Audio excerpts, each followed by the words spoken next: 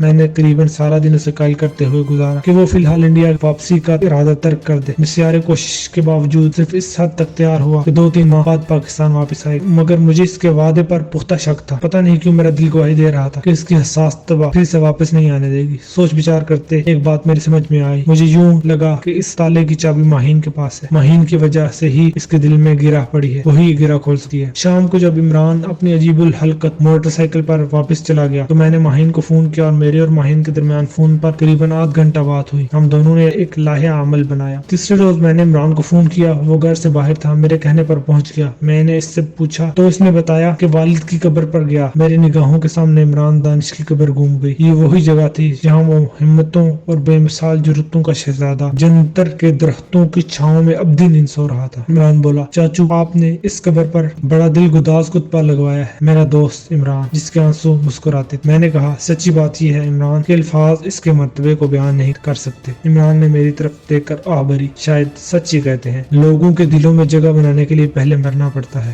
میں نے عمران کی اس نشتر جیسی بات کو نظر انداز کیا۔ اس دوران میں ڈور بیل ہوئی۔ پروگرام کے مطابق ماہین اتفاقاً آ گئی۔ اس کے آنے سے 2 منٹ بعد میں باہر چلا گیا، بہانہ یہ کیا کہ میں کال کرنا چاہ رہا ہوں اور یہاں سگنل نہیں آ رہے۔ میں ماہین کو عمران سے بات کرنے کا موقع دینا چاہتا تھا۔ تھوڑی دیر بعد میں واپس آ کر ادکلی درد سے جھانکا۔ کئی ہفتوں بعد آج ماہین اور عمران بات کر رہے تھے۔ ان کی آوازیں سننے کے لیے میں نے توجہ مرکوز کر دی۔ ماہین کے چہرے پر اور لہجے میں سچائی کی جھلک تھی۔ وہ کہہ رہی تھی، عمران مجھے غلطی ماننے میں کبھی ہچکچاہٹ نہیں ہوئی۔ میں تسلیم کرتی ہوں کہ حقان باللہ میرے منہ سے بے ساختہ کچھ سخت باتیں نکل گئی۔ عمران میں دل کی گہرائی سے اس سے معافی چاہتی ہوں۔ معافی تو مجھے بھی آپ سے مانگنی چاہیے، میں اکثر ضرورت سے زیادہ اور غلط بول جاتا ہوں، لیکن میرے الفاظ آپ کے لیے بڑے سخت ہیں عمران، میں اس کے لیے ندامت محسوس کرتی ہوں۔ آپ نے جس طرح ایک دم اس کی آواز برا گئی، وہ بات مکمل نہ کر سکی۔ میں سمجھ گیا اور عمران بھی سمجھ گیا کہ وہ حقان باللہ میں آگ لگنے والے واقعے کا ذکر کرنا چاہتی ہے۔ میں پہلی بار ماہین کی آنکھوں میں آنسو چمکتے دیکھے تھے۔ عمران حیرت سے اسے تک رہا تھا، جیسے یہ جان کر بھی وہ ششدر ہو کہ وہ چنچل رو بھی نہیں سکتی۔ ماہین نے عجیب بیگے سے لہجے میں کہا، عمران میری اور انکل کی شدید خواہش ہے کہ آپ انڈیا نہ جائیں، یہاں ہمارے ساتھ رہیں پلیز۔ وہ کچھ دیر گمسم کھڑا رہا، لیکن ماہین آپ نے خود ہی تو کہا تھا کہ میری وجہ سے آپ اور شام کے تعلق پر اثر پڑ سکتا ہے۔ یہ میرا معاملہ ہے عمران، میں اسے اچھی طرح ہینڈل کر سکتی ہوں۔ ایسے تعلق اعتماد کی بنیاد پر قائم ہوتے ہیں اور شام کو مجھ پر اعتماد کرنا پڑے گا۔ اور شاید آپ کو یہ سن کر حیرانی بھی ہو کہ میں نے اسے یہ بھی بتا دیا ہے کہ ماشر روم کے علاقے میں آپ میرے ساتھ تھے، اور یہ بھی یہ ساتھ کیسے بنا۔ میں نے کچھ بھی نہیں چھپایا۔ عمران واقعی حیران ہوا۔ وہ کافی دلیر نظر آ رہی تھی، اس کے اندر سچائی اس کے چہرے پر منعکس تھی اور اس کے گال کا ڈمپل چمک رہا۔ تو عمران کا ہاتھ تھام کر بولی، عمران میرا اور آپ کا رشتہ پرخلوص دوستی کا ہے اور یہ قائم رہے گا، ہمیشہ قائم رہے گا۔ ایک لمحہ توقف کے بعد اس نے بات مکمل کی، اپنے رویے پر